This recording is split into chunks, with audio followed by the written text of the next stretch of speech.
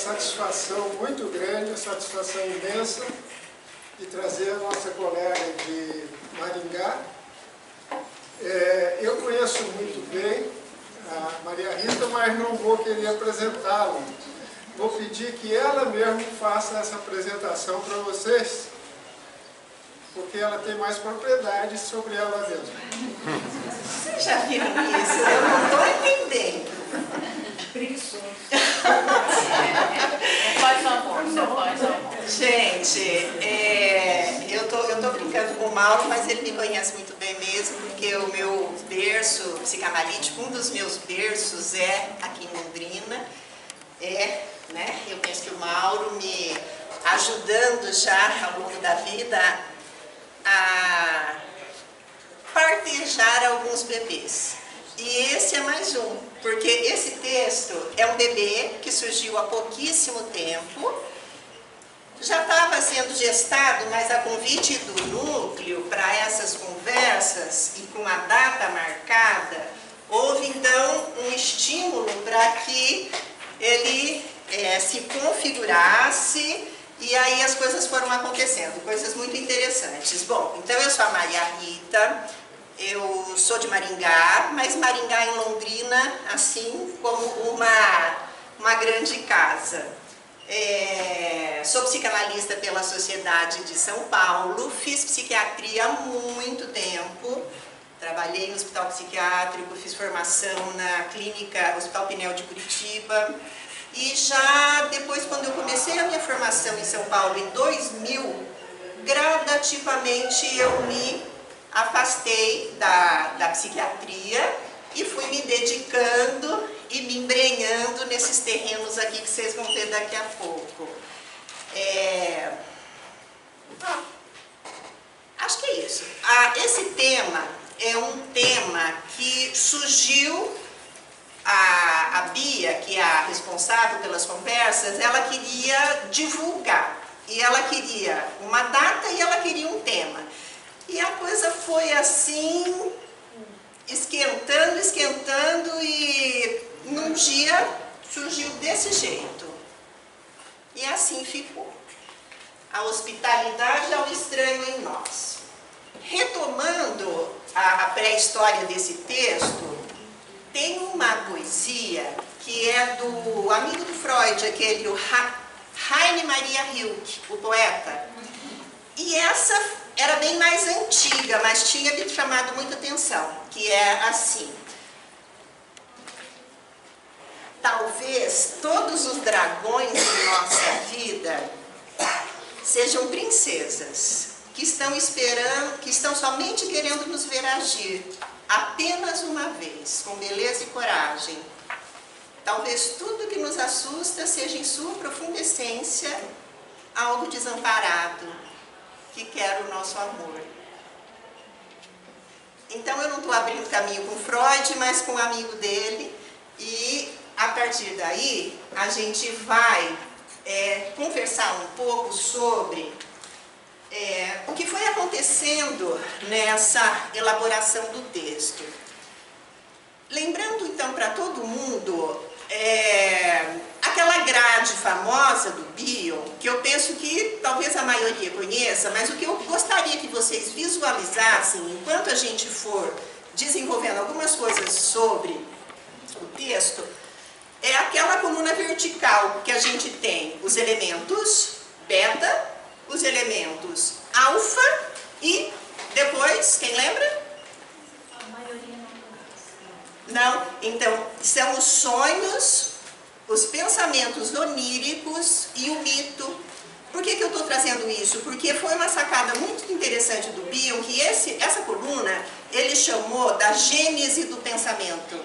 Então, conforme esse pensamento vai caminhando nessa direção, há o desenvolvimento cada vez mais, a sofisticação do pensamento. E o mito está lá em cima, junto com o sonho e os pensamentos oníricos.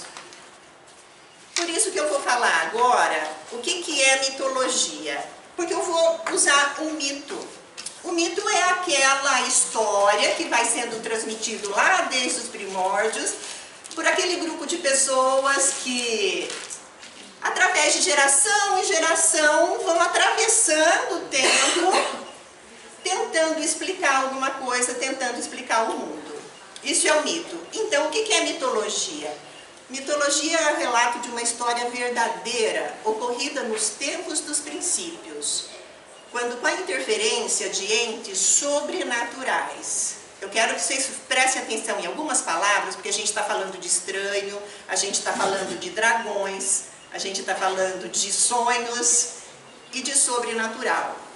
Então, uma realidade passa a existir. Pode ser o cosmo, um monte, uma pedra, um vegetal, um comportamento humano. Mito é a narrativa de uma criação. Conta-nos de que modo algo que não era, começou a ser. Isso está no livro de mitologia, então não é psicanálise, mas a gente está falando de poiese, vocês percebem? De criação. Isso foi me chamando muita atenção. Agora nós vamos começar com uma dualidade. O que é mito e o que é razão? Então vocês viram que eu coloquei uma coluna, porque nós vamos ter aqui coisas completamente distintas. Diferente da razão, eu estou na coluna de lá, tá?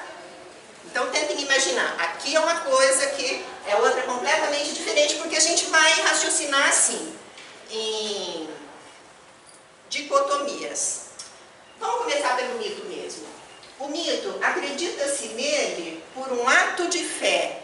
Novamente, gente, isso é num livro de mitologia. Por quê? Porque o Bion vai usar esse conceito de ato de fé. Ato de fé no inconsciente. Porque se deseja dar crédito ao mito, mas ele não possui outro fim a não ser a si próprio. Completamente diferente, a razão, ou o logos, como foi chamado no Ocidente, ela tenta convencer, provoca no ouvinte a necessidade de julgamento. A razão é verdadeira se ela tem lógica, ela é falsa se engana ou dissimula. Isso está aqui, ó, Junito de Souza Brandão.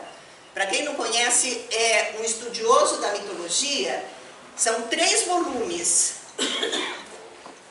essa coleção. Agora, gente, quer ver se vocês se fixem aqui embaixo. Isso é Pierre Grimal. Vê se eles estão falando de mito ou vê se eles estão falando de inconsciente. Olha só. O mito não conhece limites, insinua-se por toda parte. Reserva de pensamento, o mito acabou por viver uma vida própria, a meio caminho entre a razão e a fé. Até os filósofos, quando o raciocínio atingiu o seu limite, recorreram a ele como a um modo de conhecimento capaz de comunicar o incognoscível. Então, só dando umas pinceladas, para quem não tem essa familiaridade com Bion, o incognoscível também é algo que Bion vai colocar sobre aquilo que a gente nunca vai acessar, que é o ó, a gente vai apenas se aproximar. Então, isso aqui é mitologia. Uma fogueira, uma comunidade unida, mensagens transmitidas pela palavra, um pensamento marcado pelos instintos e emoções. Isso é aquilo que a gente imagina nos primórdios, né, da humanidade, pessoal sentado lá embaixo de uma lua cheia, de um céu estrelado, e essas conversas ali ao lado da fogueira. Então isso, e o que me chamou muito a atenção foi que é na frase de baixo. O verdadeiro pulmão da mitologia são as suas variantes. Mas o que acontece, por exemplo, com uma obra que tem muito conhecida, por exemplo, como Édipo, como Narciso, a gente acaba conhecendo uma versão. Só que quem conta o mito, vamos pensar assim, são infinitas as variantes, porque é que nem aquela história de quem conta um conto aumenta um ponto. Com o mito é a mesma coisa. E eu coloquei isso aqui porque me chamou a atenção, o mito ele pode ser reduzido, quando ele é escrito, de um jeito que ele fica engessado, enrijecido. E é assim que muitas vezes nós mesmos e os nossos pacientes nos vemos numa única versão. E aquela é a que vale. No entanto, são muitas variáveis e muitas variantes. Tanto na mitologia, eu vou contar uma coisa bem rapidinho para vocês. Eu quero que você vá analisando, Mauro, o tempo, porque eu não sei se eu tenho um tempo. Eu tenho um tempo, né? E é que começou mais tarde, só queria me situar. Quanto tempo já passou? Alguém me ajuda? Porque daí eu vou coordenando aqui o material. 5 minutos. Falei 5?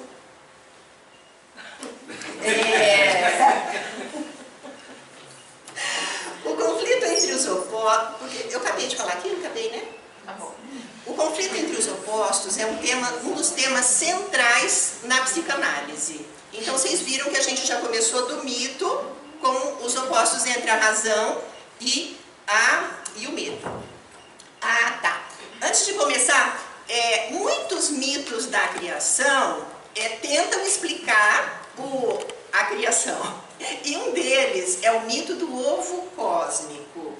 Isso está presente em várias culturas antigas, Grécia, Egito, África, Nova Zelândia, e é muito interessante porque é esse mito aqui.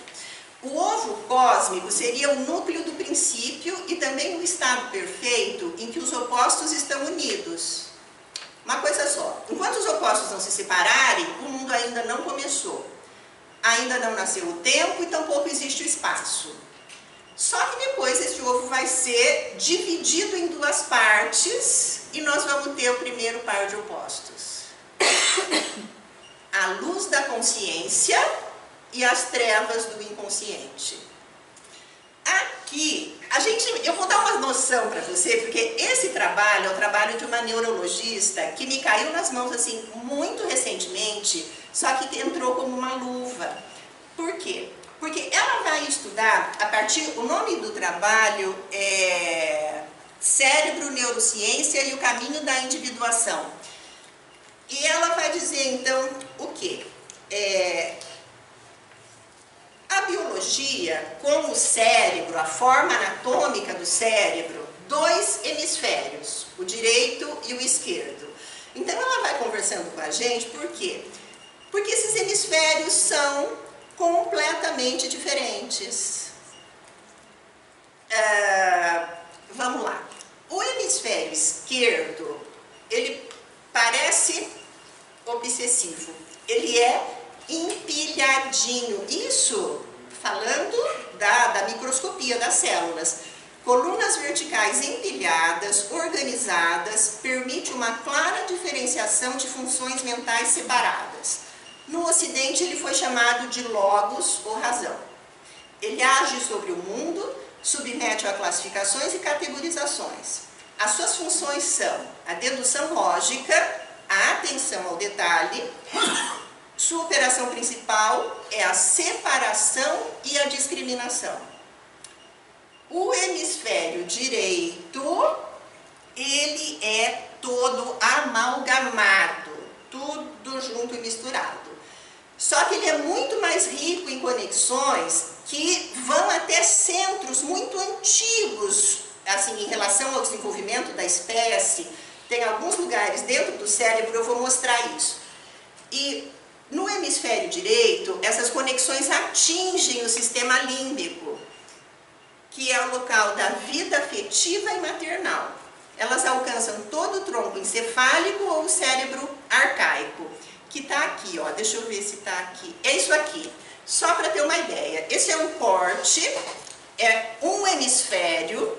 Essa figura branca, isso aqui, então, é o cérebro propriamente dito, o córtex, aqui é o cerebelo e isso aqui é o tronco cerebral. Essas que seriam as estruturas arcaicas. Por quê? Porque lá dos anfíbios, répteis, aves, eles não tinham isso aqui, mas isso aqui eles já tinham. E isso aqui que eu quero mostrar para vocês é o corpo caloso. Isso aqui nasceu somente nos mamíferos. Quando surgiu então a placenta e o cuidado da mãe. Então aqui, olha, essa neurologista coloca o seguinte, que caminhando com os mitos, resgatamos dentro de nós o acesso à riqueza da vida instintiva, a sabedoria do homem primitivo, preservadas milhões de anos nas estruturas rígidas e inalteradas do tronco encefálico, se tornando acessíveis através do hemisfério direito. A neurociência tem provado que é esse hemisfério em que o local onde a linguagem dos símbolos e dos sonhos é integrada à consciência. O corpo caloso, antes não sabia o que ele era, achava que ele simplesmente fosse algo que colasse um no outro, é bem esse termo que eles usam, e aí foi se descobrindo uma estrutura muito rica, complexa, que inibe e equilibra a ação do direito e a ação do esquerdo, o corpo caloso. Aqui, com o corpo caloso, surge, então, o imperativo do cuidado materno regido pelo princípio de Eros. Aqui é um exame de imagem e essa parte vermelha mostra assim, a vascularização do hemisfério direito no momento que está havendo não é exatamente um insight, mas, por exemplo, uma metáfora, quando você entende uma piada. Os exames de neuroimagem funcional mostram a ativação desta área. E dos sonhos, idem, né? Quando algo também entra na consciência. Então, o solo primordial dos sonhos, pensamentos oníricos e dos mitos, é aquilo que eu chamei a atenção de vocês, né? A fileira C da grade favorece a ressonância com elementos inefavelmente selecionados do nosso vasto repertório interno de experiências. É algo lá que estimula algo dentro. Na dimensão do mito, a simultaneidade dos significados, não enrijecidos pela mente racional, amplia conexões, permitindo a incursão nas profundezas do desconhecido. Então aqui é mito, sonho e pensamentos oníricos. Mas a gente vai se encaminhar para um mito. Ele atrai em torno de si toda a parte racional do pensamento humano, é uma segunda língua na qual se fala da primeira, e ele é simplesmente um símbolo. A gente não vai transformar num objeto, num conceito, é só um símbolo para representar algo. Então, há aspectos da realidade humana que são incognoscíveis, não há compreensão, conhecimento ou lógica, então esses, como vocês viram, né, até os filósofos num dado momento lançaram mão, e aqui também ele caiu, aqui dentro desse texto. Então, para começar a contar a história propriamente dita desse texto, a gente vai chamar uma deusa grega da mitologia. Então, era uma vez Ártemis, ou Diana, em Roma. Essa é Ártemis, a deusa da caça, o animal preferido dela é o veado, ela vive na mata, ela é a deusa da floresta, as representações dela, a maioria ela está nua, porque o solo é dela. Raríssimas vezes ela vai para a cidade. Ela é a deusa das margens, a deusa caçadora, donzela. Ela não quis se casar, não quis ter filhos. Senhora dos animais, dama das feras, deusa do parto, dos rebentos e dos jovens. Corre e caça pelos campos e bosques, sempre acompanhada de ninfas, servos, banha-se nos rios, lagos, fontes, vive em seu próprio solo. Usa arco e flecha, e a sua pontaria é certeira. Na Grécia ela foi vista como estrangeira, porque a origem dela, assim, não se sabe de onde que ela veio. Então, como estrangeira, como não se sabe, ela é chamada de Xene, estrangeira. Só que daí esse autor é esse aqui, ó, o Jean-Pierre Vernant. E esse livro é A Morte nos Olhos.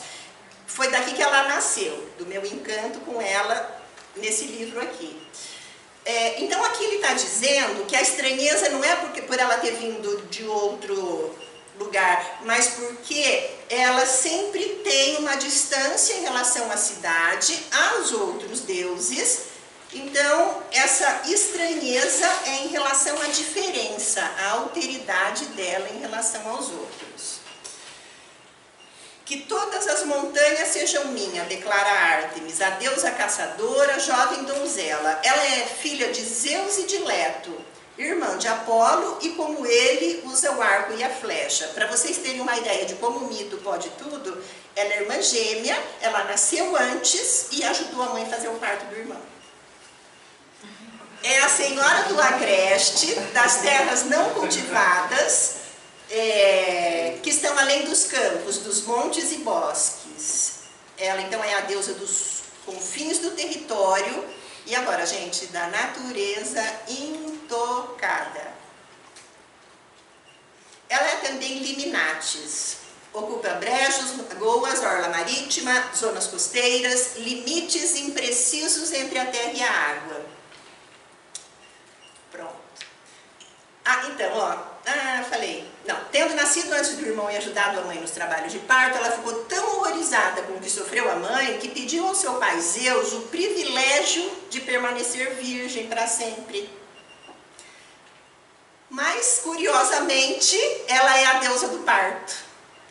E é também a deusa da vitalidade. Ela vai acompanhar, eu não sei se o slide está, mas ela vai acompanhar a menina, o menino, a mocinha, ela vai acompanhar até a hora do parto, ela vai pegar o bebê, então ela vai acompanhar no desenvolvimento, ela vai nutrir os rebentos.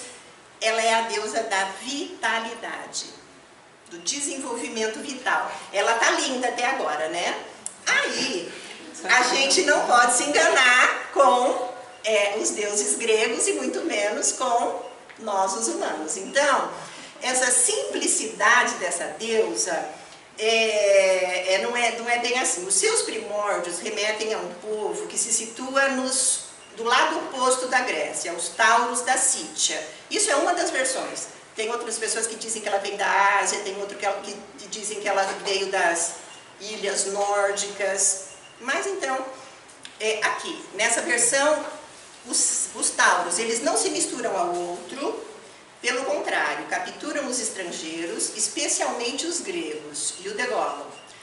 Essa Ártemis táurica, destrutiva, bárbara e sedenta de sangue humano, não conhece as leis da hospitalidade. Nesse aspecto, Ártemis se aproxima da nossa vida mental, em que o que é mal está equacionado ao que é estranho e externo. Isso é André Green, o trabalho do negativo.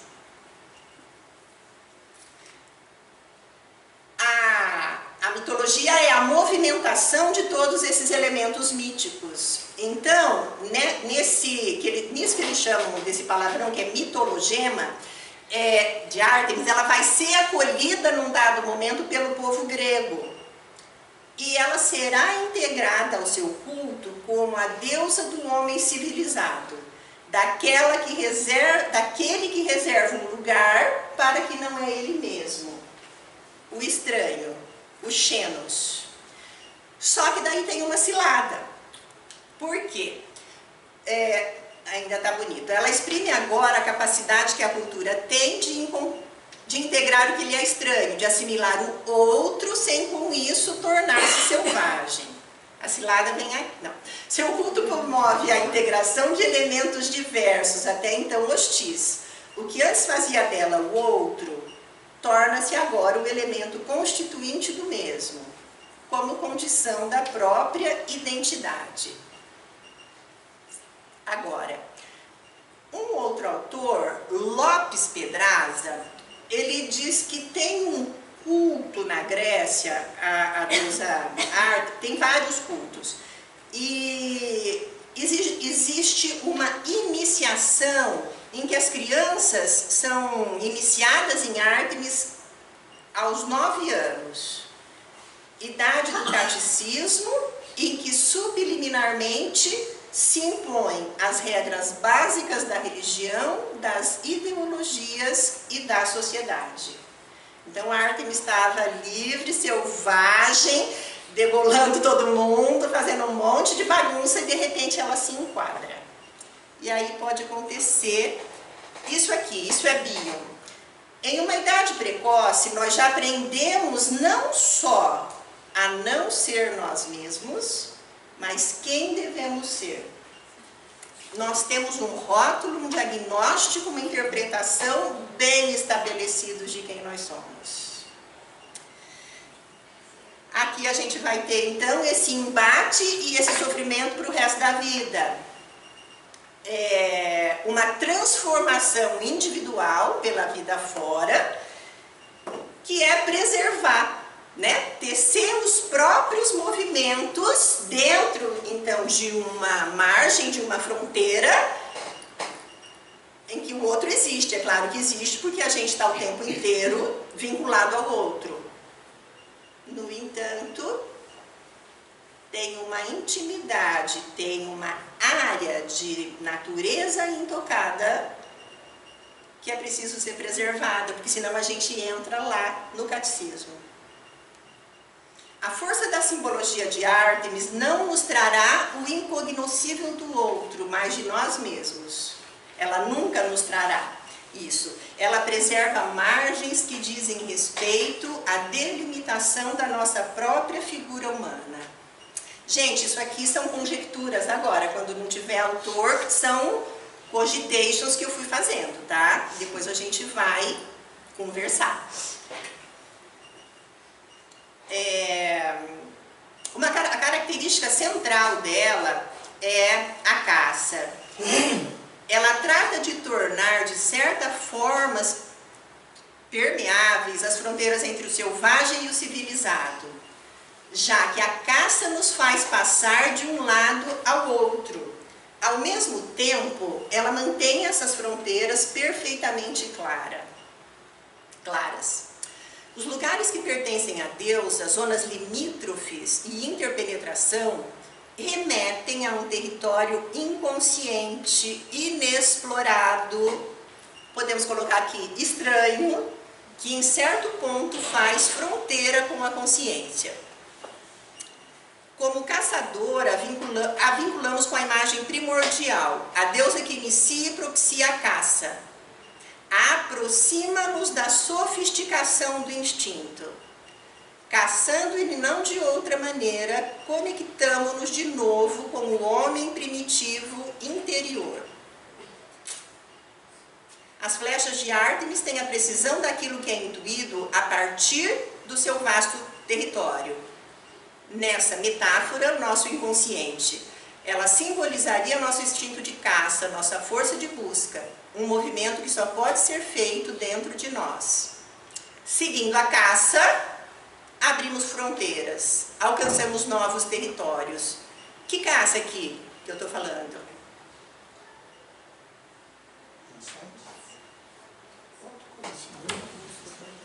O instinto. Isso.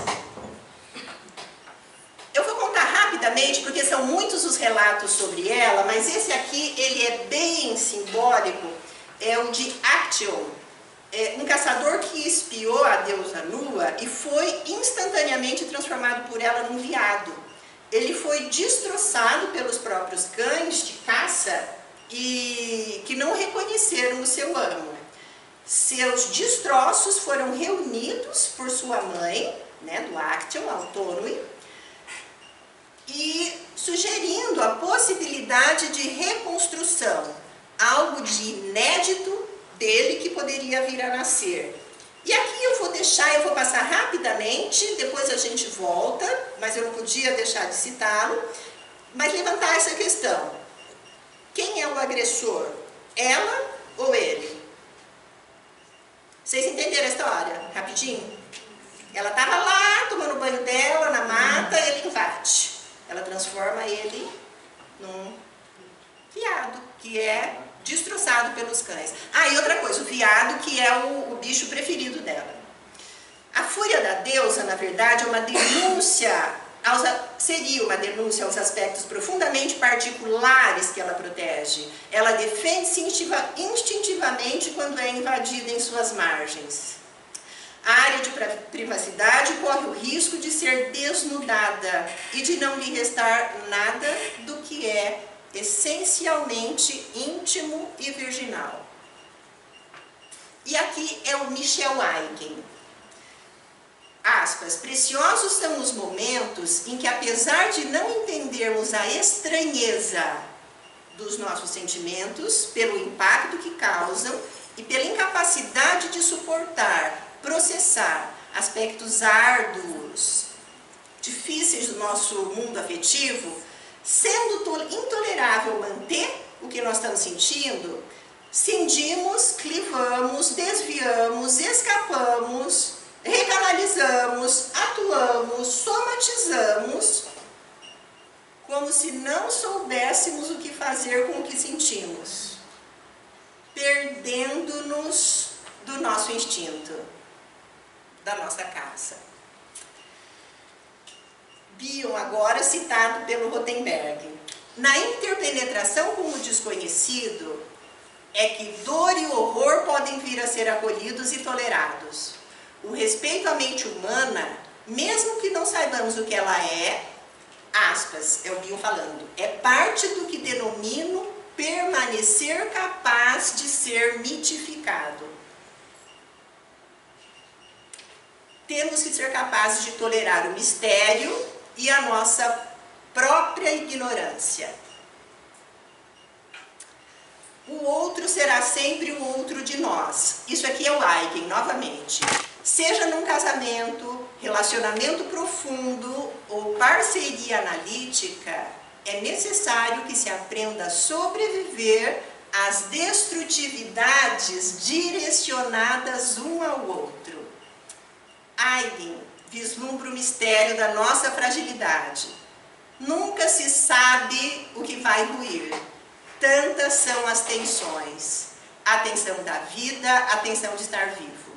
Somos problemas insolúveis, quando até o próprio sentimento de vitalidade poderá ser um problema sem solução. Acolher o surgimento da dor exige um desnudamento e um respeito à nossa humanidade, que necessita ser apreendida com horror e maravilhamento. Aqui não tá, gente, mas isso aqui também é do Rothenberg, é aquele sentimento do encantamento, de maravilhamento, que é o horror e o maravilhamento. Isso Bion nos traduz como sentimento de encantamento, ao nos vermos diante do sublime que a natureza, com toda a sua grandiosidade, oferece. Esse sublime aqui não é o sublime do belo, é aquele sublime, um conceito dos românticos, que é o horror e a beleza juntos. Tem slide que faltou. Aqui é do Eigen outra vez. A destruição pode também ser, gente, presta atenção nisso, uma tentativa de quebrar as barreiras da vida, os muros da personalidade. Sabe aquele menininho lá que foi catequizado, que foi, todo engessado? Então, num dado momento, pode acontecer isso. Os muros da personalidade e uma destruição como uma resposta à claustrofobia social, à compressão da civilização. Uma destruição libertadora, a fantasia de que se eu destruir tudo, estarei livre. É o meu lado autônomo procurando ar.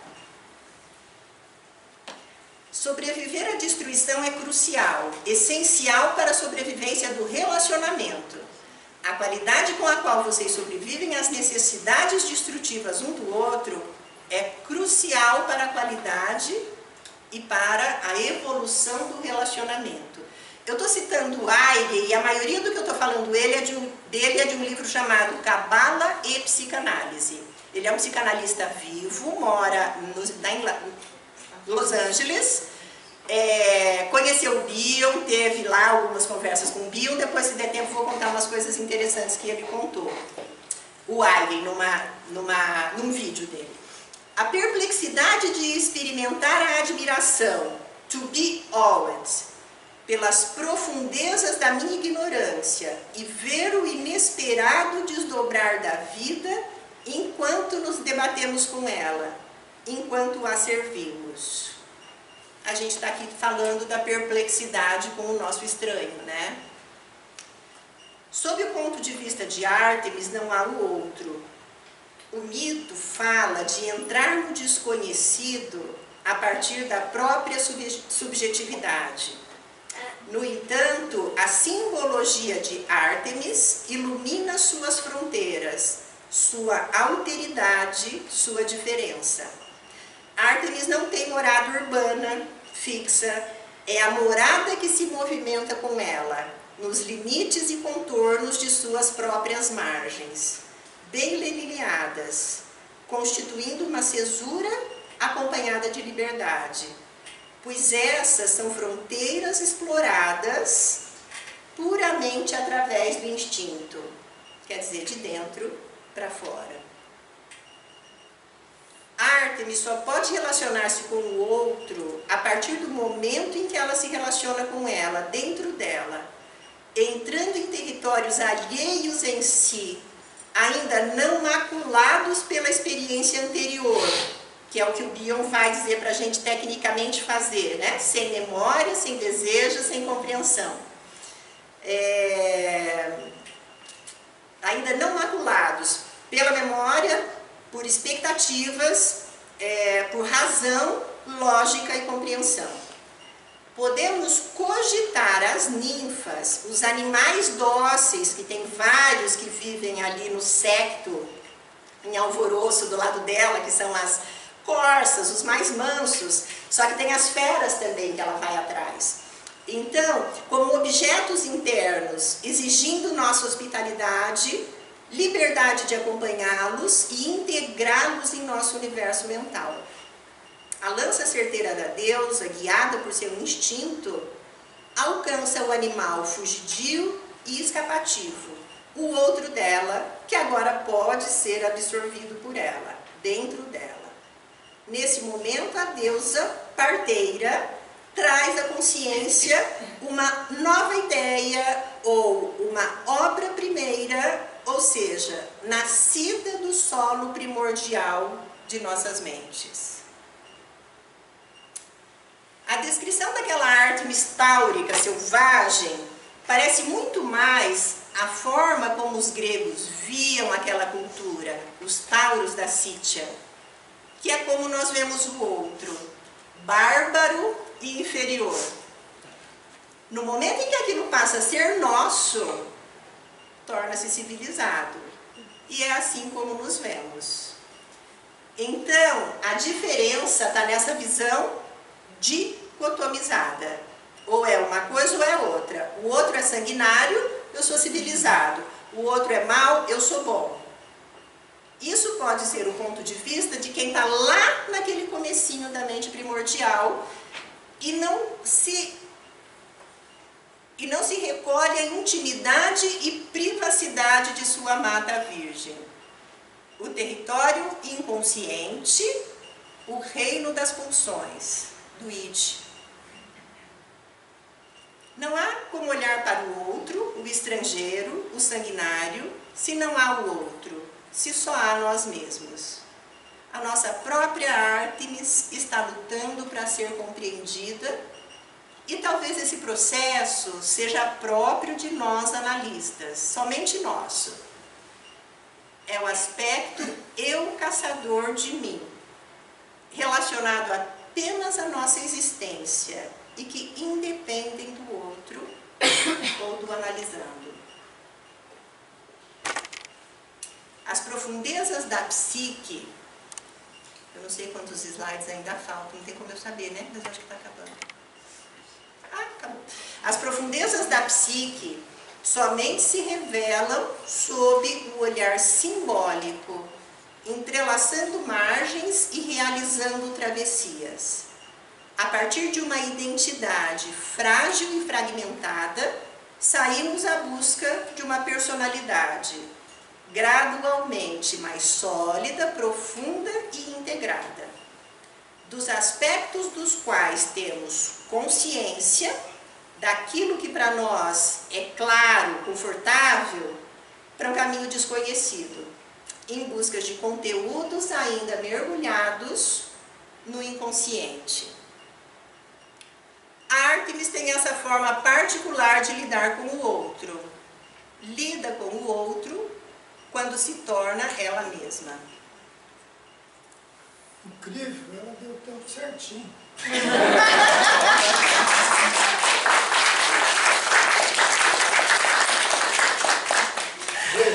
Gente,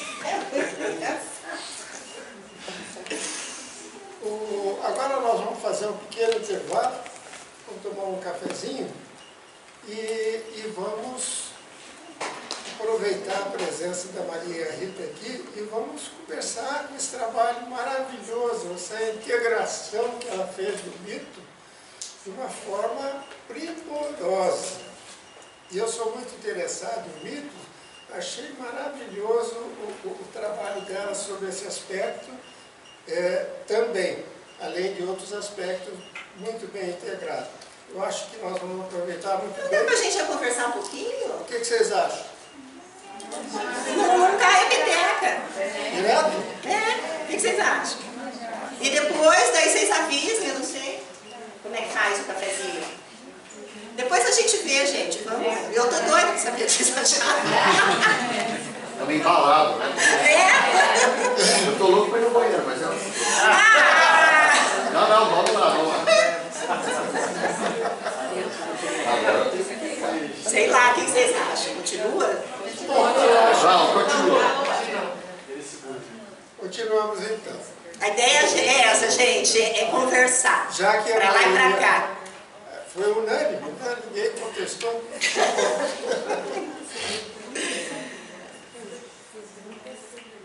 Então, quem não quis o cafezinho... Nós estamos nos alimentando aqui contigo, né?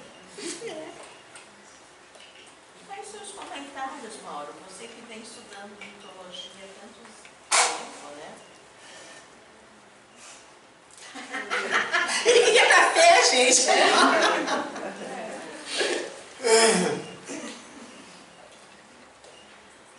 Não necessariamente, né?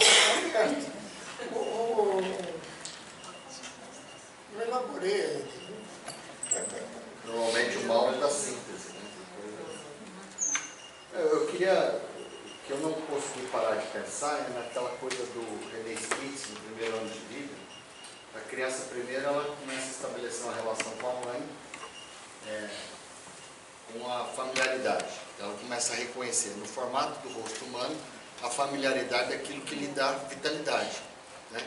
Que alimenta, troca, esquenta, refresca, limpa. E aí, aos 3 anos, é aí que ela começa a fazer a interação da psique com o outro, que é através da configuração do rosto. E aí é o que o Spitz chama de primeiro organizador da psique, que seria o sorriso social. Aí, quando é lá no 7º, 8º mês, né, ele começa a não reconhecer a mãe do outro. E aí que é mais interessante, fala que a criança estranha. A criança não está estranhando o outro.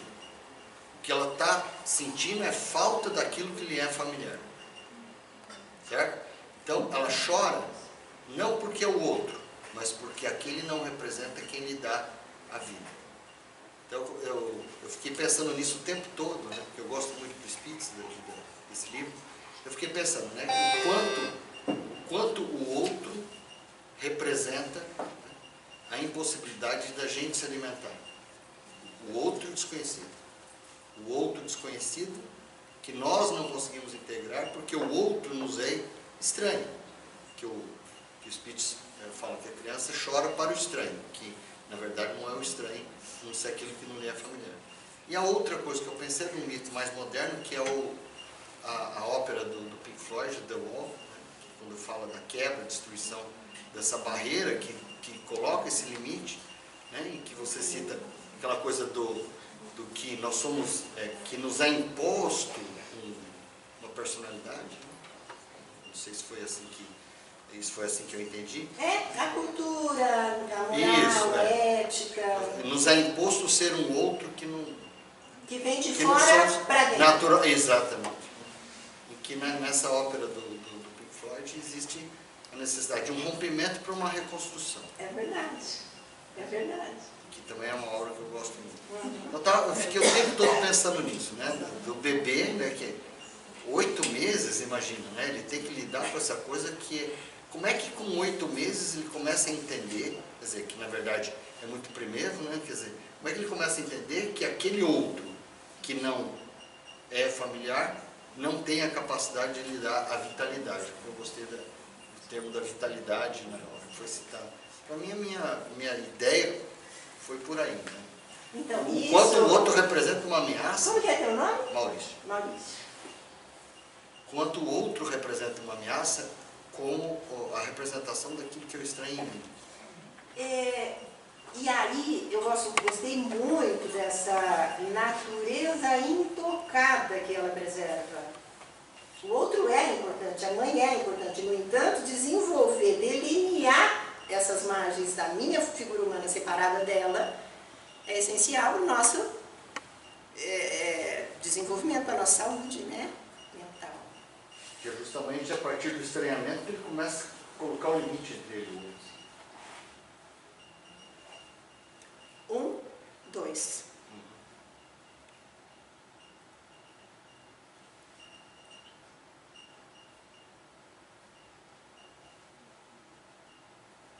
Eu achei muito simbólico a parte dela transformar ele em viado, que era algo que ela gostava. Eu achei tipo uma projeção, assim. Talvez ele fez algo que ela se privava tanto. Tipo, em vez dela transformar ele em algo que ela não gostava, ela transformou ele em algo justamente que era o animal dela preferido. Eu vi uma projeção Essa questão do arte, eu acho que seria interessante a gente abrir e deixar aqui como se fosse aquele processo primário. Porque eu também estou elaborando, pode representar um monte de... A gente pode olhar por vários vértices, uma multiplicidade de sentidos, e isso me encanta na mitologia. Eu estava conversando com o professor Paulo Costa de Maringá, que é um doutor em mitologia, e ele me contou uma história que eu fiquei surpresa. Ele falou assim: você sabe esse Édipo do Sófocles? Ah, claro que eu sei, é o Édipo que todo mundo conhece. Ele falou: então, pois é, esse é só um. Tem um Édipo que nunca furou os olhos, que a mãe nunca matou e que eles ficaram velhinhos até a morte. Vocês sabiam disso? É uma variante do mito. E as variantes do mito são novos mitos também. Isso. São recriados e vão continuando como mitos. Isso. Por isso que ele não é esgotado, né? Agora, o seu trabalho suscitou para mim lembranças sobre o conceito de si mesmo, o conceito de self, né? Em que nós temos... Eu lembro até que numa palestra que eu estava participando, eu reuni o pessoal para mostrar esse conceito de si mesmo. Eu coloquei tinha um palco, era lá na Associação Médica, coloquei vários voluntários e um ficou no centro. E aí eu pedi que esse um que estava no centro fosse permitindo, até onde ele aguentasse, que cada um se aproximasse. Na hora que começasse a incomodar, que ela diz: aí tá bom. E fez uma configuração diferente, pessoas mais íntimas, mais estranhas foram ficando mais longe, as mais íntimas mais perto, né? Teve esse também o conceito de... Então, o si mesmo é essa área que nós temos, em que nós toleramos mais ou menos a aproximação das outras pessoas. E a quebra total do si mesmo seria a relação sexual seria total quebra do si mesmo, os dois ficam um só, né? E quando você fala desses aspectos artérios, me fez lembrar muito disso, da questão da invasão se você é invadido, não é invadido. O Acteon mostra muito bem esta situação ela se sentiu invadida naquele momento, né? E pensando na situação analítica, quanto é delicado as nossas intervenções no sentido de não invadirmos o nosso paciente. Porque às vezes nós fazemos algumas diferenças e questão de timing, nós não estamos em sintonia com o paciente, precisamos retomar essa sintonia. Mas eles não transformam em viados na hora. Transforma mesmo. Porque tem a reação. Você não sabe o que vai vir, se você sabe, putz, não era o time, né? Aí ela te ataca. O paciente te ataca. Né? Ataca essa área da natureza intocada, que nunca ninguém vai conhecer. Analista nenhum vai conhecer. Mas ele também é intocado se você tocar fora de hora, né? Porque enquanto não for tocada para si mesmo, é intocável, né? Isso é interessante porque dá para a gente fazer, e esse texto eu fiz uns recortes, ele é um recorte de um texto maior, em que essas margens do território civilizado com o selvagem remete para a barreira de contato, em que tem um lugarzinho ali, que é aquela camada que o Bion vai chamar de a camada dos elementos alfa, né? Só que essa barreira ela é instável. Então tem momentos que o selvagem vem, e é nesse momento que isso vai poder ser iluminado, e um pedaço de Acteon, viado, pode ser trazido para a consciência. Ficou claro essa? Então, essa barreira de contato, quando ela está sadia, funcionante, é como se fosse uma nuvem de elementos alfa. Elementos de sonho, imagens, esse processo onírico. Agora, tem uma outra situação em que falta os elementos alfa, e aí são os elementos beta. E aí a gente tem buracos. Aí o estranho irrompe. É outra situação. Os elementos que não foram transformados pela rede materna. E uma outra situação é quando, nesses processos, não exatamente da psicose, que é a tela beta, mas de produzir alguma ideia nova, é muito interessante, porque é algo desconhecido que surge na consciência e parece louco, mas às vezes só é algo muito novo, muito diferente. Só queria fazer uma correção. Eu acho que não era o viado, era a corça.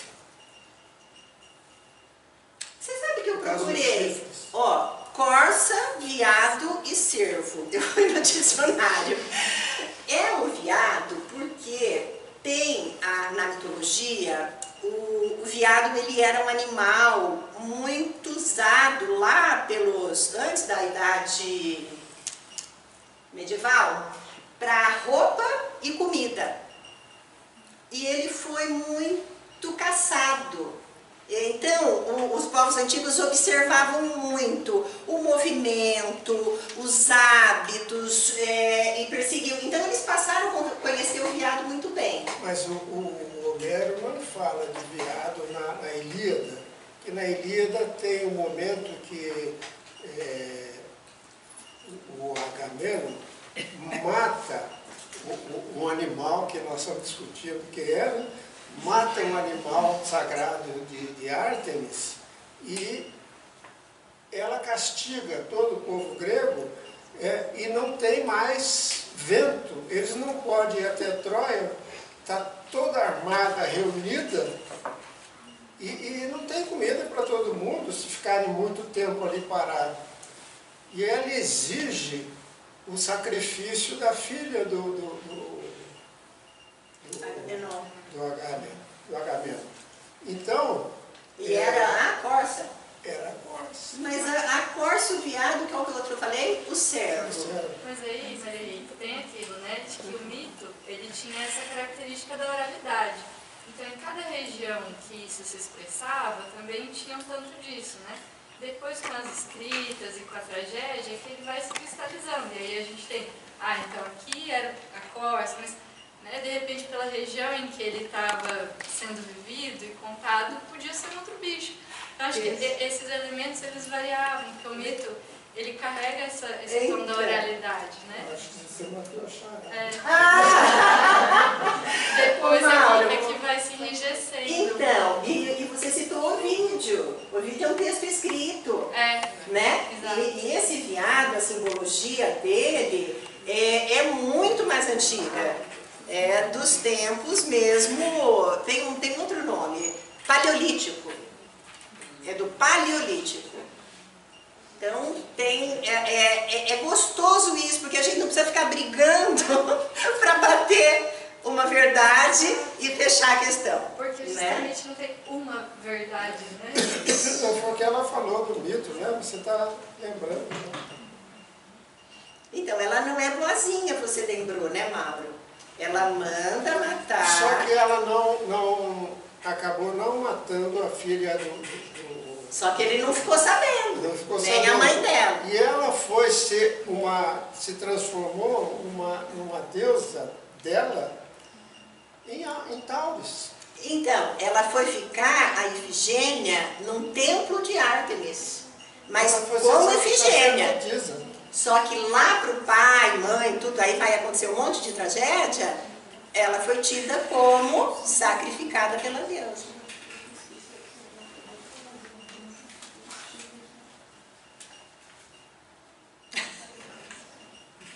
Quando eu vi seu tema, eu fiquei muito curiosa.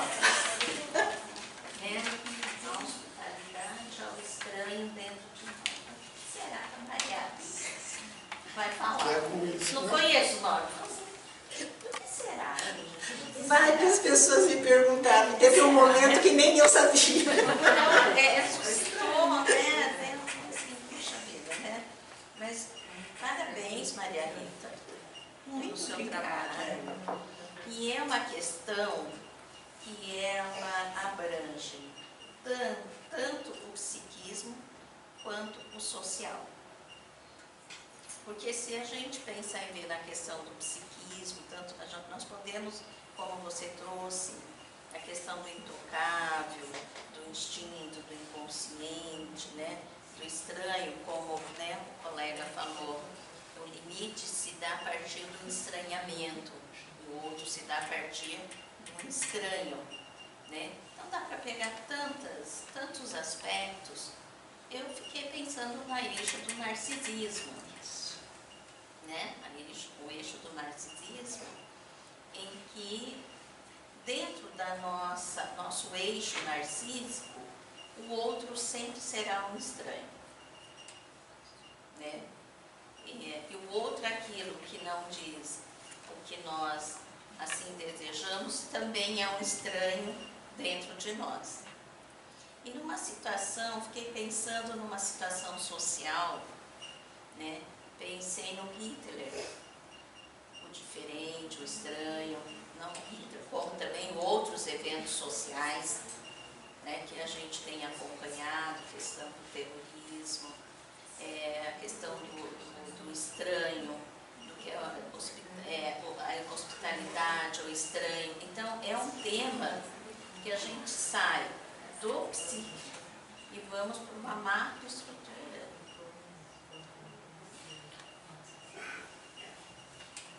Você sabe que Autoritarismos, ditaduras. E vários outros, né? Você sabe que nós comentamos o seu trabalho hoje de manhã no grupo de estudos. Queria que a Rosa pudesse falar alguma coisa. Né? Nós já tocamos no trabalho dela, sem saber. São as pré-conversas. Eu estou pensando também o que eu vou repetir o que a Iracema falou, que assim, quando vi o tema, eu fiquei imaginando, claro, o que você ia falar, né? E foi isso que nós fizemos hoje cedo lá no grupo. Do que será que você vai falar, né? Eu confesso que eu imaginei que pelo menos você fosse falar alguma coisa de um fato, não é um fato, de uma situação muito comum no mundo hoje.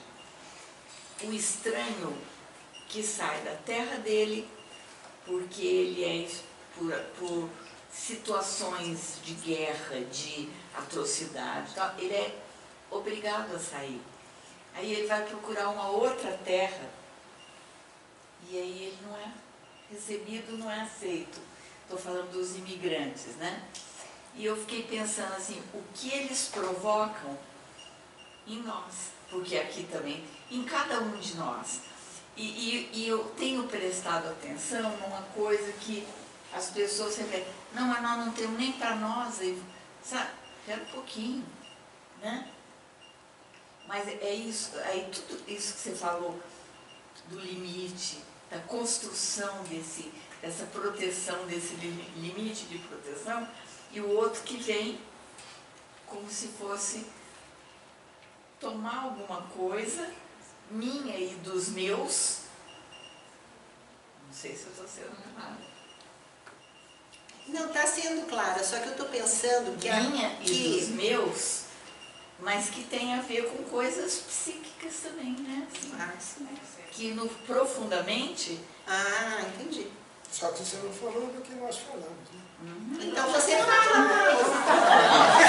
É verdade, eu mudei. Adoro, né, Rosa? Ele saber o que ele quer que você fale.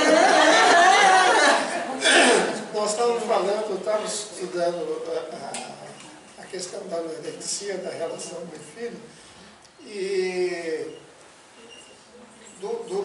na adolescência, como a adolescente tem que fazer um trabalho elaborativo para assumir o próprio corpo que se tornou estranho. É verdade. O próprio corpo que se tornou estranho. É um estranho também que eu vou ter que hospedá-lo, vou ter que acolhê-lo. Sem dúvida. E o outro estranho é a passagem do tempo, a terceira idade, o envelhecimento. É outro corpo que vai se impondo. E aí, por questões narcísicas, eu posso fazer o quê? Fazer um monte de aplicações e ficar completamente informado. Eu estou falando, né, trazendo a dupla do Action com a Artemis, né? Eu lembrei do PDD, Maria Rita, que eu te falei, né? Da Diana e o Action, que uma dança, né? Isso. E a Diana na mitologia romana é a Artemis para a grega, né? Muda o nome. E tem um PDD que chama Diana e Action. No balé, né? De quem que é a música? Então, eu não sei. A coreografia é do Petit Pas, mas eu não sei quem que é a música. Mas vale a pena dar uma olhada. E é uma coreografia lindíssima. E é uma dança, né? Dos dois, da Diana com a Action. Então eu fiquei pensando nessa dança, né? Nessa interação que a gente precisa ter dessas partes estranhas. O corpo, né? Que você falou do corpo, eu lembrei da dança. E das partes estranhas também na mente, né? De como a gente precisa ter essa dança. Porque parece que a gente tem, né? Pelo mito, pela metáfora que você faz, né, Maria Rita? A gente pode transformar esse action num cervo, uma corça, e trazer isso perto, né? Como algo que a gente tem afinidade, né? Mas a gente também pode ter essa outra parte da mente que aniquila, que devora esse estranho, né? E reduz a pó, né? E, enfim, e aí não dá para fazer muita coisa com isso. Né? Que imagem linda essa do balé, porque é com esse action, né, que numa análise, dependendo da confiabilidade construída na parceria, nós vamos dançar com o action, né? E aí tem um balé.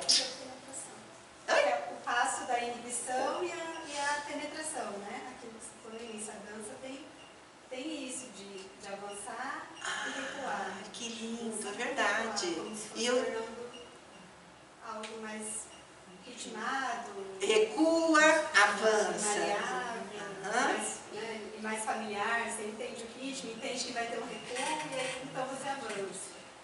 Né? Pensei nesse movimento. E você falando dessa interpenetração, eu lembrei lá do cérebro aqui, né? Aqui o esquerdo completamente categorizado e aqui chega um direito completamente livre e esse corpo caloso é muito interessante porque eles descobriram o seguinte, que além dele fazer esse equilíbrio entre os dois, ele busca o tempo inteiro essa comunicação. Então, em algumas cirurgias para epilepsias graves, faz ali um corte, uma ressecção do corpo caloso.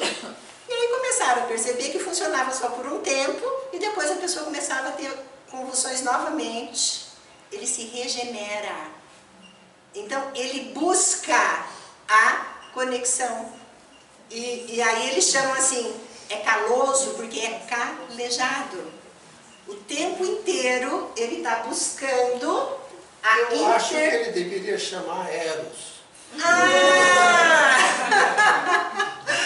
Mas eu vou te contar que esse trabalho aqui, essa neurologista, ela é neurologista e eu fui descobrir, não sabia que os junguianos estudam muito mito, né?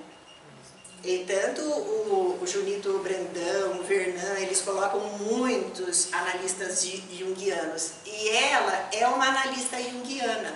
E ela, além de neurologista, e ela diz que o esquerdo é o logos, o direito é eros.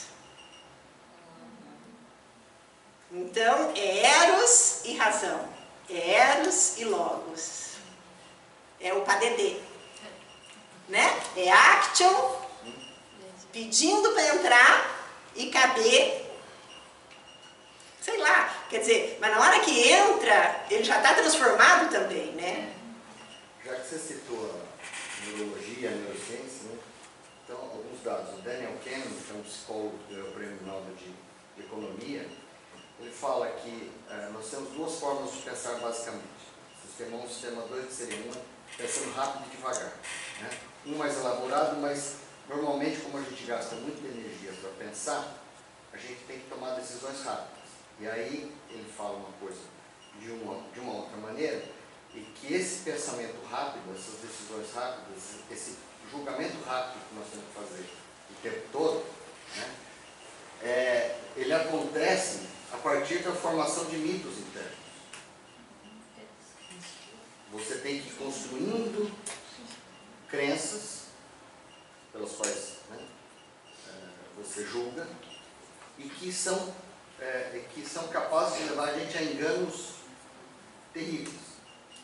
A crença é no As hemisfério crenças esquerdo. que nós formulamos para tomar as decisões, mas que são fundamentais para a gente se manter vivo. Né? E aí, num outro, eu estudo um pouco de neurociência, né?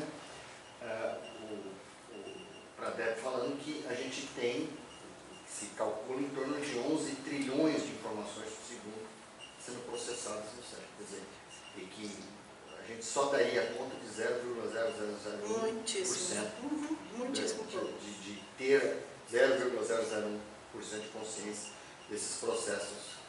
Quando nós decidimos gostar do outro, não gostar, decidimos que um é bom, o outro é ruim, quer dizer, isso é de tal maneira inconsciente, automático, é um processamento tão rápido, né, que demanda realmente uma energia absurda a gente poder reconfigurar isso.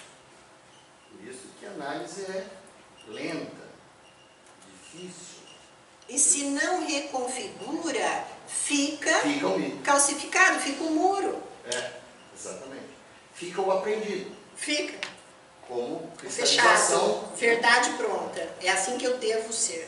Então, hoje, os exames de ressonância Isso. têm mostrado coisas incríveis a respeito de Isso. como se processa esse pensamento.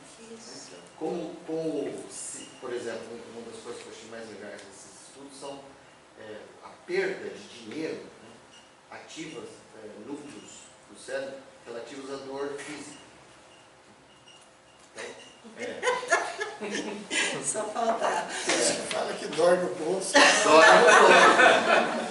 Quer dizer, sentimento, mas o dinheiro também como uma forma de você ter o alcance, né, ter o poder, até o dor mesmo. Sabe, no cigarro tem aquela foto horripilante, né, não se parar de fumar, aquilo lá estimula a pessoa a fumar. Porque o núcleo accumbens, né, que é responsável pelo prazer, ele é como se a figura fizesse o desafio da morte, que é a mesma sensação que você tem quando pula de paraquedas. Né? Não, vai acontecer com outro, mas comigo não. Quer dizer, então diferente do outro, eu como, teve uma hora que você falou que eu não lembro bem o termo, mas assim, eu como manifestação do bom, Ah, sim. daquilo inatingível, e o outro como depósito do meu mal, o depositário do meu. Entendi. É impressionante, como é interessante acompanhar a neurociência, né? Ela tem comprovado muito. Eu me formei há 30 e poucos anos e o que eu vi agora, eles conseguem, por exame de... Tem vários, mas tem um que é a tomografia por emissão de pósitrons. Ele vai... É o metabolismo da célula que é colorido. Então, tem outros. Mas, por exemplo, nessa questão, eu acho que de um insight, eles medem até num exame mais simples, num eletroencefalograma, quantos milissegundos aquela informação levou para entrar na célula, uma coisa assim. E isso no hemisfério direito. Isso para o mito, para o sonho, para os discursos fantásticos. Eles têm um trabalho com monges orientais, as pessoas que fazem a meditação, é completamente diferente. E hemisfério esquerdo, ali, o gasto de energia, isso foi assim, surpreendente, porque a pessoa dormindo gastava muita energia, porque estava sonhando. Você falou, né? Do mito sendo criado, sonho em movimento. E é o que a gente fica muito preocupado com a tecnologia. A gente tem debatido muito isso, essa questão da alienação, que inclusive você perdeu o território do afeto em função de que você se entrega para as mídias sociais, para as coisas, como uma forma de não fazer essa dança. É uma evitação dessa dança. Para que você não tenha que entrar em contato com esse estranho.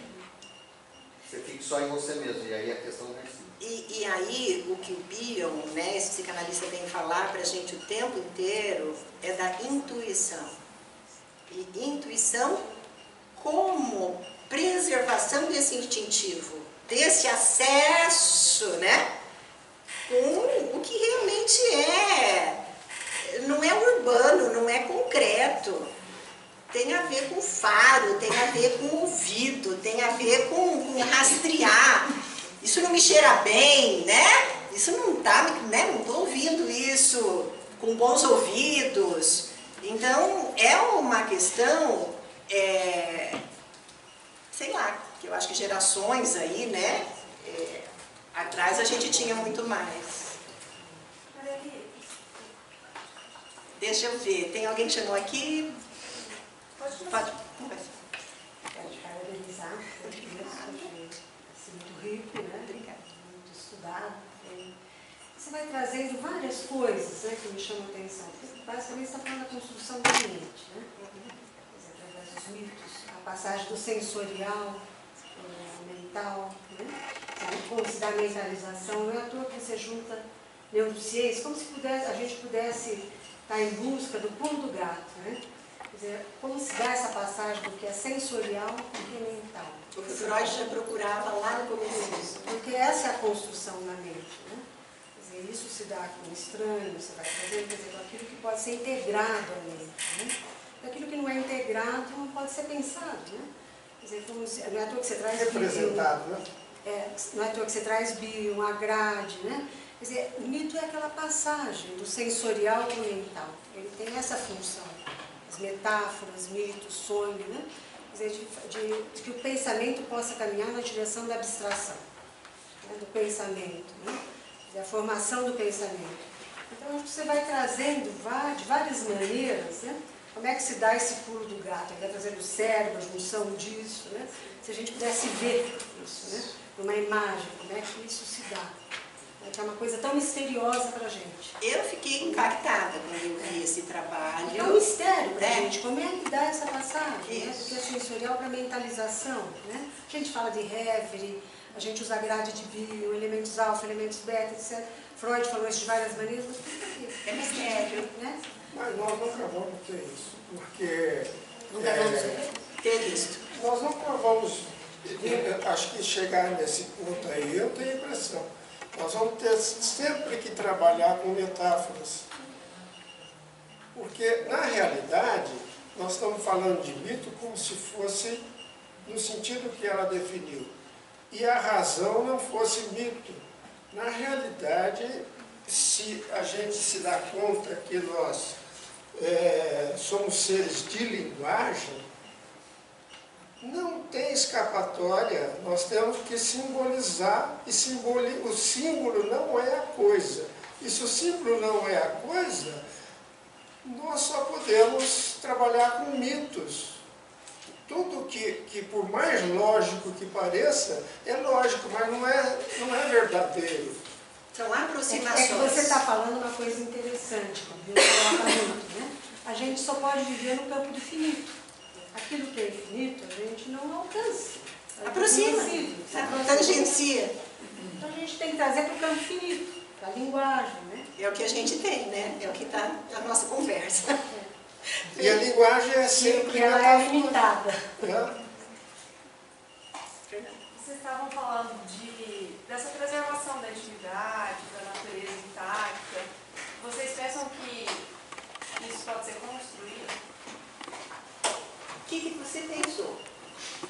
Pensei no processo de análise, na construção dessa mata atlântica mental, assim. Amazônica. Tem Mas fala porque- mais um pouquinho. No seu trabalho me deu uma impressão de ser algo mais positivo, que está ali.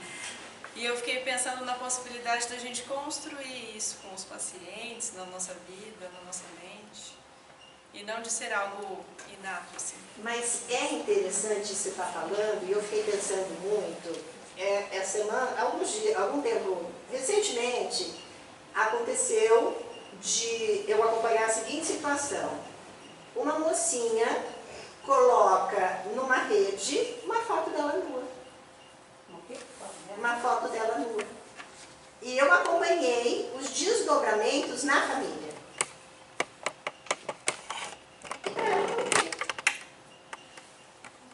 Eu não estou respondendo, eu só estou pensando junto. Vocês acompanharam isso que a Fernanda trouxe? Porque pode ser, Fernanda, isso aqui que a gente está falando de intimidade, natureza intocada, em qualquer outro lugar que a gente esteja, sei lá, seja o quê? Careta, fora de moda. Você pensou nisso? Exatamente. Nesse aspecto. O nosso aspecto social é Vamos mostrar tudo. Não preservar isso, né? Né? E na análise, eu penso que sim, a privacidade para começar da dupla, analista e analisando. Eu preservo a privacidade do meu analisando e vou conversando para ele aprender a preservar a nossa privacidade. Então, nós dois somos responsáveis por esse terreno. nessa questão que você trouxe até do corpo, né, não tem significado. Nós estamos num terreno que é ou sensorial ou aquilo que pode ser da intimidade, da vida mental, do sentimento, da emoção. E tem gente que não alcança, essa dimensão não é alcançada. Então o corpo é um corpo, não tem significado. Pode ficar nu, não tem sentido. Né? Porque para aquilo ter a noção de intimidade, a dimensão da intimidade, do real significado daquilo, precisa ser alcançado. Se a pessoa não alcança isso. Eu acho muita graça, porque quando eu estava lá na formação em psiquiatria, tinha uma verdade, assim, uma máxima que era assim: se o paciente ficou nu, tirou a roupa, se despiu, é transtorno bipolar. E assim, dentro lá, né, da experiência que eu tive, fazia todo sentido, dentro do espectro, né, porque o transtorno é um espectro. Então, a gente falando em patologias narcísicas, né, é um bebê, não tem outro, não tem ninguém. É aquela mente com aquele estado o mais inicial, o mais primordial, em que não tem nem diferença. É uma fusão mãe e bebê. Não tem ainda. Mas a dimensão da mente só se constrói na intimidade, na relação de intimidade. Quando tem se essa relação de intimidade não ocorreu, Que é leve. Mas daí, né, puxando aqui o narcisismo, precisa ter a passagem.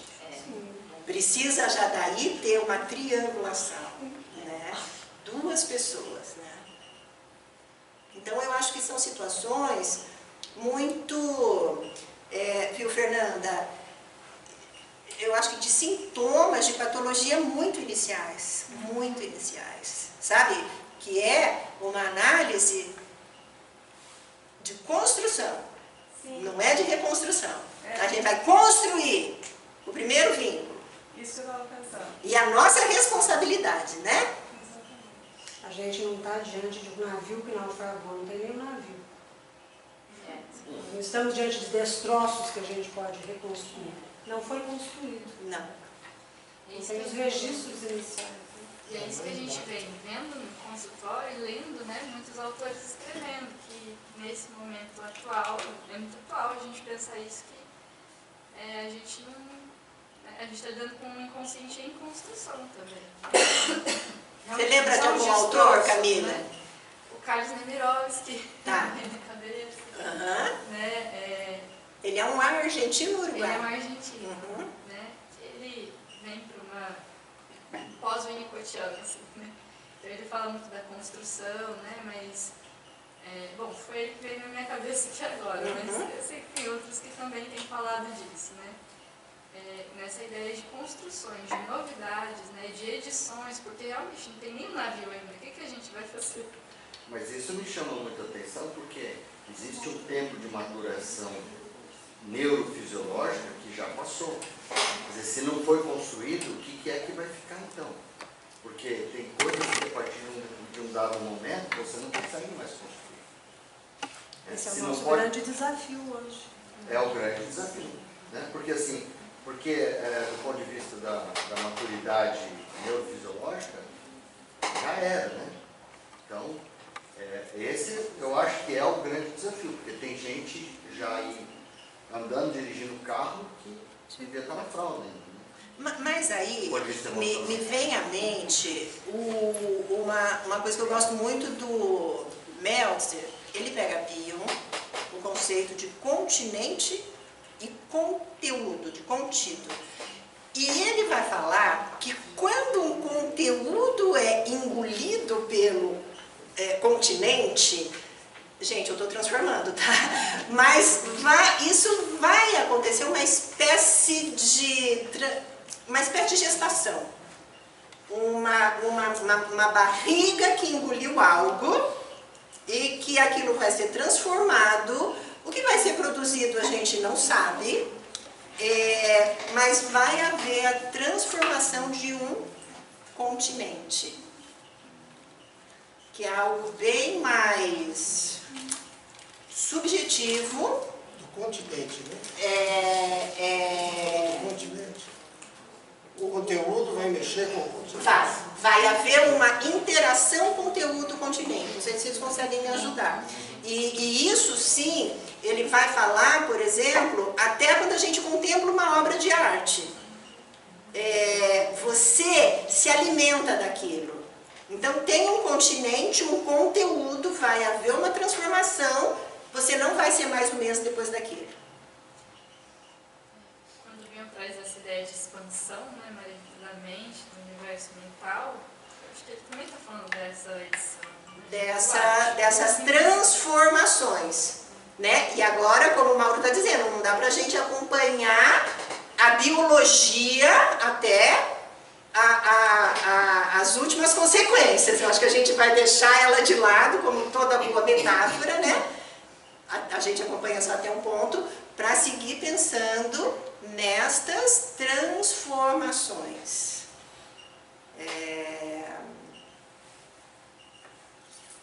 Que novamente, né, a gente vai fazendo usos, e aí me vem a grade novamente. Infinitos usos. Eu vou colocar um outro tema para vocês, que me veio à mente, que é o da contemporaneidade e das análises que estão sendo feitas por Skype. O que vai dar? Então, não sabemos, alguma coisa vai dar.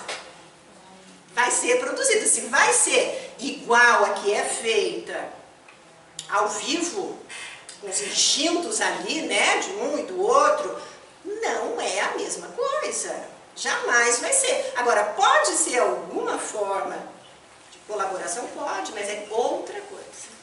Terceirizar a mente. É outra coisa. Pode As ter... coisas vão indo para um terreno, né? Eu acho que o Bill fala muito disso, da mente primordial. Quer dizer, ele falou lá de coisas que já passaram na época. São coisas que às vezes não chegam nem a serem mentalizadas. Elas são anteriores vamos dizer assim, ao amadurecimento neurológico que pudesse ter mentalizado. Isso. O feto continua com aqueles, vamos dizer assim, uma mente que não nasceu. Isso. Então a gente vai estar diante, por exemplo, de análises intermináveis, pacientes muito difíceis, análises que são assim, a fórceps para a pessoa se desenvolver, não se desenvolve, porque são registros assim inacessíveis e que não chegam a ser simbolizados, porque eles estão no corpo. Quem trabalha muito isso é a McDonald, no sentido, inclusive, de tentar reconstruir essas coisas. Ela faz uma proposta da possibilidade de ressignificar, de haver de criar uma representação. Sim, aí a gente está nessas áreas de síndrome de pânico, paciente que não se desenvolve. Quer dizer, hoje a gente tem essas questões aí muito frequentes na clínica. E na clínica, e como disse a Niracema, é no social, são os desmentalizados. Quem nunca vai chegar num consultório nosso. E aí você lembrou do Bion, que eu gosto muito, que o Bion, no final da vida, ele escreveu o último livro, que é a trilogia, Memória do Futuro, né? São 3 títulos, mas a trilogia Memória do Futuro. Para começar, ele já coloca aí esse paradoxo. Alguém conhece essa Memórias do Futuro? O Bion vocês conhecem. Então tá. Então ele passou a vida inteira dele produzindo trabalhos reconhecidíssimos na Sociedade de Psicanálise Britânica. Vários, quer dizer, muito tempo. E aí, para o final da vida, o Bion foi um que foi se sentindo também tolhido pela própria instituição psicanalítica e ele sai da Inglaterra e vai morar em Los Angeles. Nesse período ele faz algumas... ele chega a cogitar a possibilidade de viver aqui na América do Sul. Brasil, Argentina, ele não fica aqui em função da língua. E aí ele fica em Los Angeles. E nessa época ele escreve esse livro, são 3 volumes, e é muito interessante porque lá ele coloca personagens, infinitos personagens, ele mesmo, dele mesmo, conversando uns com os outros. E aí tem os não nascidos, tem os que ele coloca um que alguém lembra? Tem eu me lembro, é 24 anos. O 24 anos tentando somito 1, somito 2, de repente o 24 anos, tudo escrito assim, tudo junto, conversando, tentando conversar com o somito é não nascido, e aí tem o bebê, e ele vai conversando, ele coloca nesse livro toda a psicanálise da vida inteira, depurada em forma de uma ficção autobiográfica. Os britânicos nunca reconheceram o mérito desse livro. Chamaram ele de louco. Ele foi considerado louco. Estranho, né? Então não teve hospitalidade ao estranho. Então é aquele tipo de ideia, né? Que a hora que ela vem para a superfície é muito bizarra. Não é à toa que você lembra muito dele, né? Porque ele foi esse estranho, né? Foi. Ele causou uma ruptura na causou. psicanálise, né? Que se suportar depois de tudo isso, não? Mas ele fez o quê? Vitalizou. Camila. O novo pode ser considerado estranho, né? O novo. Diferente, a gente está aí diante de novas formas, novas relações sociais e uma série de coisas que é novo, a gente não sabe o que é isso. Não. A gente vê que tem um monte de coisa que não tá legal, mas a gente não sabe o que é, onde é que vai dar, como é que é isso. Até as novas relações analíticas, né? Eu acho que está na hora da gente estudar e não categorizar, né? Porque é novo. Se a gente só categorizar, a gente faz hospitalidade. A gente mantém o estabelecido, né? E não pode Você acha que é sem medo que eu falo de neurociência aqui? Não. Mas a gente tem que conversar, né? A gente tem que conversar lá. Eu também fiquei com medo de colocar esse cérebro aqui, esses exames de ressonância. Não é nele que acontece, né? É nele. Sabendo que o Freud não resistiu. Começou aí. Começou. Esse é o ponto de partida. Isso, né? O neurônio, a célulazinha, né? Que ele isolou. Dentro dessa nossa discussão sobre o que vocês trouxeram de que na nossa clínica tem aparecido o que não ainda se tornou mente, né, que vive no sensorial, e que o colega da neurociência e se houve perdas depois de um período de maturação neurofisiológica, não há um resgate. Nós temos que entender que na nossa clínica isso é uma probabilidade, sim. É uma probabilidade. De nada mudar. Que não haja resgate e que a análise não seja eficiente.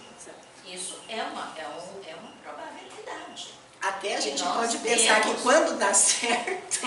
nós temos mais por quê? Não só probabilidade, é uma constatação. A constatação de que a análise não vai ter o alcance. Porque, e por isso que o trabalho com mente primitiva, os estudos psicanalíticos em torno de mente primitiva, foi trazendo novas propostas de intervenção. Porque a gente saiu da histeria em que nós estávamos no terreno simbólico e na questão da repressão, e a interpretação para remover as defesas, remover a depressão, vir o que tinha que vir. Hoje, a nossa clínica está um pouco diferente, porque a gente não trabalha com a clínica das neuroses. Não é com o recalque que nós trabalhamos, né? Ou é com a cisão, ou com a não mente, né? Eu estou me lembrando daquele texto lá que a gente viu aqui com o trabalho do negativo. O trabalho do negativo. São forclusões, é uma hemorragia de representação. Então, é bem possível, é bem provável que a a nossa técnica, o nosso método, e nós ainda estamos num processo, como a colega falou, nós estamos com uma nova demanda de sofrimento, se há sofrimento ou não. Quer dizer que a psicanálise ainda está nessa transição do que fazer com a sua clínica. Mas você sabe, Nira, eu acho que isso é permanente. Então, para cada época é uma temática, porque quando surgiu Freud, também era isso, o que fazer com aquela clínica da histeria. Agora nós estamos, o que fazer com essa nossa clínica, né? Aquilo que não está no plano da simbolização. Então, eu vejo que nós ainda estamos tentando nos encontrar diante dessa nova demanda. E até porque na questão da intimidade, a intimidade emocional, eu vejo que cada vez é para poucos. Porque a intimidade que necessita, a intimidade de um eu, requer necessariamente o limite do outro. E esse encontro com o eu acho que envolve uma dor, porque tem que ter muitas quebras narcísicas, onipotentes, de ilusão. Então, quem é que quer sofrer? Nós estamos numa linha do não sofrimento. Prazer imediato, processo primário, o princípio do prazer. Tá. É preciso mostrar que a ilusão pode trazer muito mais sofrimento do que a verdade. Porque se eu ficar com a ilusão de que eu sou o que eu não sou, eu vou dar de cara com a realidade, eu vou me machucar.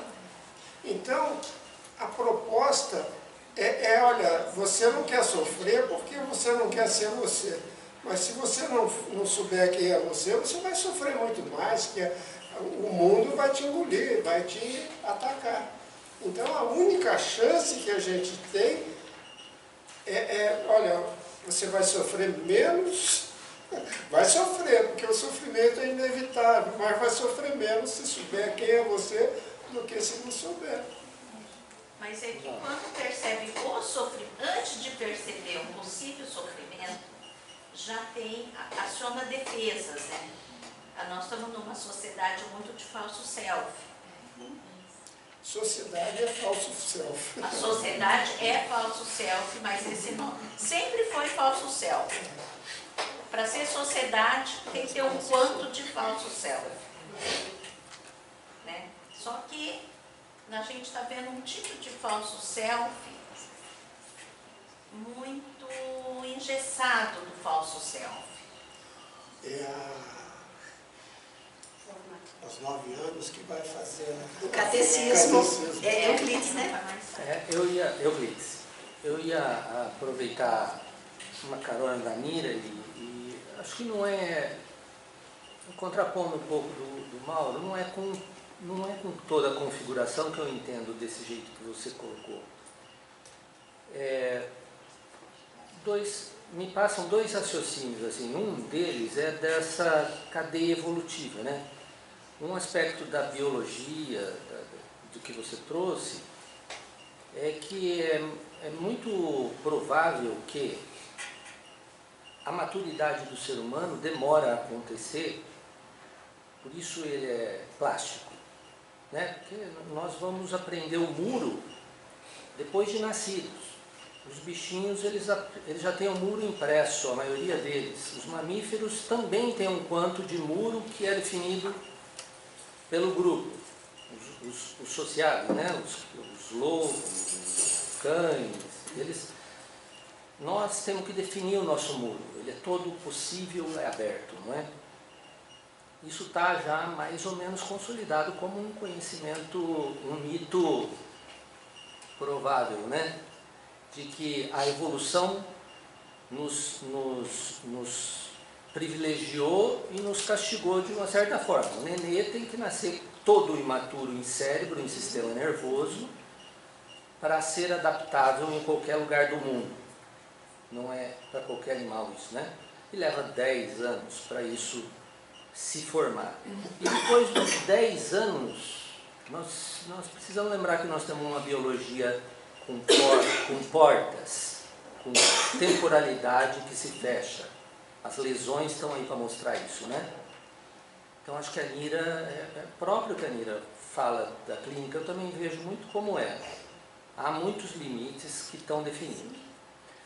E trazendo um pouco do mito, me ficou assim, trazendo essa parte do caçador com os cães, chegando, né, para exclusivamente intrapsíquico, para viver, na verdade, a Artemis, os cães e o caçador, colocando numa mente só. Isso. Né? Então estou eu lá andando com os meus cães e me deparo dentro de mim que eu tenho uma Artemis. Isso. Então fiquei imaginando isso, né?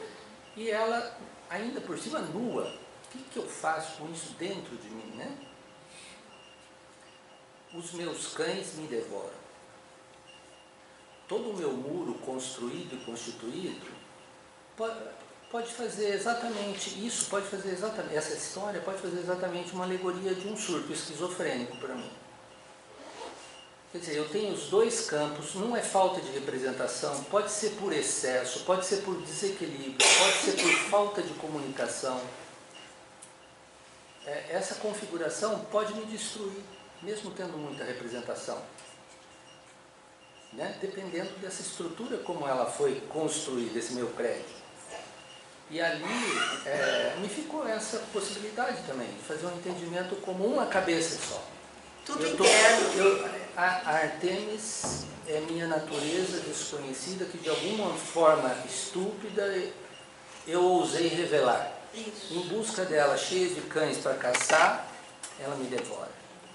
Eu te agradeço, porque você acha que configurou que eu não estava conseguindo colocar nessas palavras, mas eu vi assim também, o Action como uma parte dela. Uma parte dela que ou ela como uma parte. Exatamente. Todos nós. Isso mesmo. E como esses elementos de impacto, de surpresa, de selvageria, eles têm que ficar muito longe. Depende do mito, porque poderia ser numa outra configuração que não fosse tantos cães, que os cães não fossem tão bravos, que os cães reconhecessem o amo, que ela não tivesse tão violenta. Então aí eu acho que a vivacidade do mito, que nem do Édipo, né? Não é todo mundo que vai se cegar, aquilo é a tragicidade de alguém muito desconfigurado, que foi pego totalmente. Mas o outro mito do Édipo diz que ele não... Eu fiquei sabendo agora, né? Quem que contou mesmo? Fui eu, o Paulo. O Paulo, né? Paulo falou, o Paulo. Que não ficou cego, que ele continuou casado com a mãe. Continua. Até a morte. Eu acho que eu vejo gente assim, viva.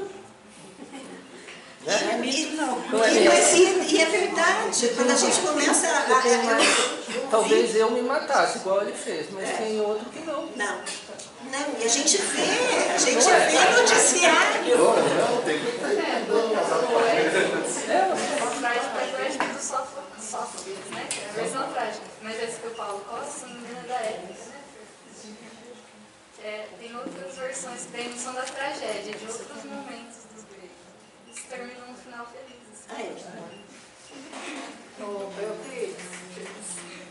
Eu achei muito interessante também o jeito que você colocou, porque ficou bem claro dentro de mim. Mas eu, quando eu te escutei falando eu me mataria, né? Eu fiquei pensando que os dois mitos de Édipo coexistem, só para falar de dois, para ficar mais simples, né? Coexistem dentro de cada um, e uma parte minha lida com um, uma parte minha lida com o outro, E uma outra parte tem que lidar com os dois, e a outra parte sequer sabe que eles estão ali. É bem pior. É bem pior. Para simplificar.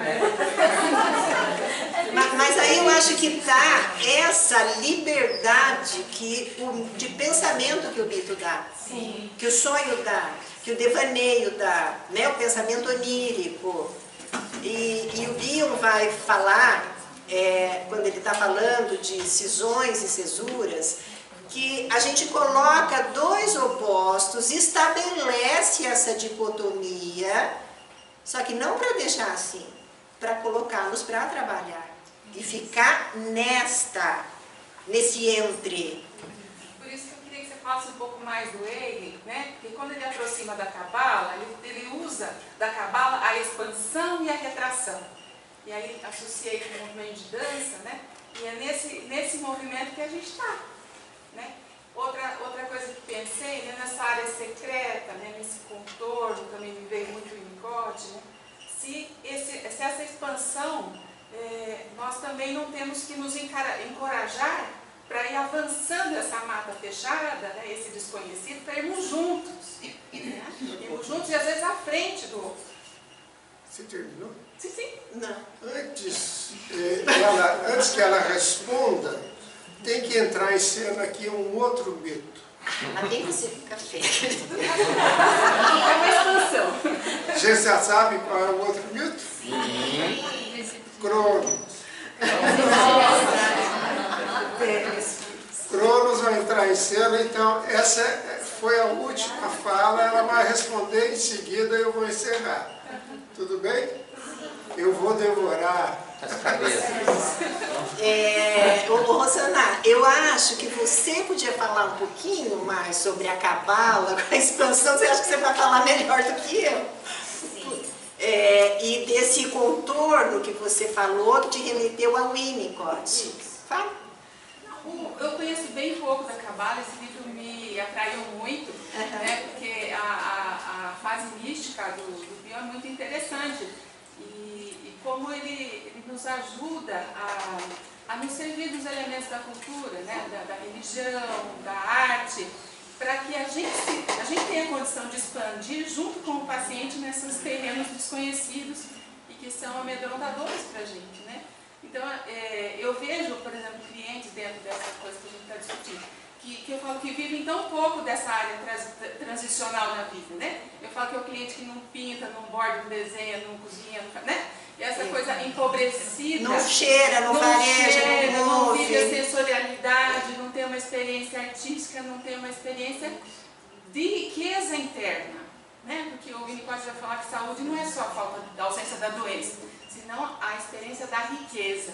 Então, gostei muito do mito porque me fala do quanto esse mundo, né, em expansão, né, a ideia do Bion, né, essa mente em expansão, para nós é uma coisa muito atrativa, interessante, e a vitalidade está nisso, né, ajudar o paciente a entrar nesse mundo desconhecido com um tanto de medo, é verdade, né, dois estão com medo ali na relação, mas o quanto essa possibilidade de crescimento, de enriquecimento do mundo interno, vai pela coragem também do analista de abrir esse caminho. E aí você falou do Hegel, eu vou contar a historinha que houve dele, que foi o Bion Internacional, que teve agora em julho, em Ribeirão Preto. E o Hegel era um dos convidados que viria, mas não pôde vir e ele mandou um vídeo. E ele está velhinho e ele conta o contato dele com o Bion. Não foi longo, mas no mínimo 2 ele teve. E num deles, foram duas curiosidades, assim. Como é que é? Num deles, o Hegel estava procurando análise, supervisão, questões, né, todas ali da vida profissional. E o Bion olha para ele e fala assim: vai se casar. E ele foi se casar, está casado até hoje, família, filhos, e ali ele se espraiou. E uma outra coisa foi a seguinte: o Hegel é judeu, e do nada o Bion olhou para ele e falou assim, A pergunta acho que foi assim, você sabe que eu uso a cabala para alguns entendimentos? Perguntou para o Eigen. Mas por que você está falando isso para mim, né? Ah, eu achei que você conhecesse a cabala. Uma coisa assim, uma conversa do nada. O Eigen se aprofundou na origem dele, judia, nos rabinos, na cultura, pai, experiências. Ele se transformou. Ele tem livros sobre psicanálise e cabala. Ele foi dar aula de psicanálise e cabala em Nova York. Então, quer dizer, eu penso que é isso que a Artemis mostra. Uma raiz do Eigen que estava negada. Porque não pode se falar de cabala, de religião, de... Tem que ter muita... É com muita timidez que se fala dessas coisas. E o Bion chega para ele e fala, vai estudar cabala. Quer dizer, volta para a sua origem, se embrenha na sua mata própria e intocada. Pensamento selvagem, né? Que intuição, né? Isso ele contou lá, assim, pra gente.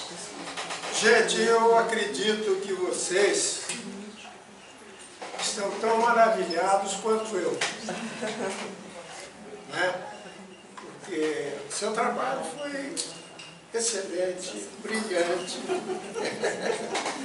E pelo que nós conversamos, ficou muito claro isso, quanto isso mobilizou, quanto nos interessou e nos motivou.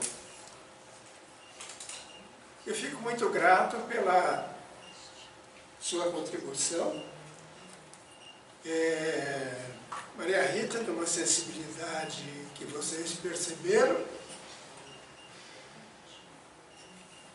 E eu espero que vocês possam vir nas nossas próximas conversas psicanalíticas e fazer essa participação que hoje foi muito rica, né? O trabalho rico mobilizou coisas muito ricas. Agradeço a Maria Rita de todo o coração e também do lado direito e do lado esquerdo. E agradeço a presença de vocês. Muito obrigado. Agora eu vou dar a palavra para ela. Em seguida nós vamos tomar um cafezinho. Gente, eu também quero agradecer a vocês. Se vocês perceberam, foi um parto. Eu mergulhei em questões, em muitas áreas, né, aí de fronteiras, e foi difícil, foi muito difícil. Então tá nascendo, acabou de nascer, agradeço por vocês terem recebido esse bebezinho, vamos ver como é que ele anda daqui pra frente. Todo mundo que tá aqui, olha, gratidão.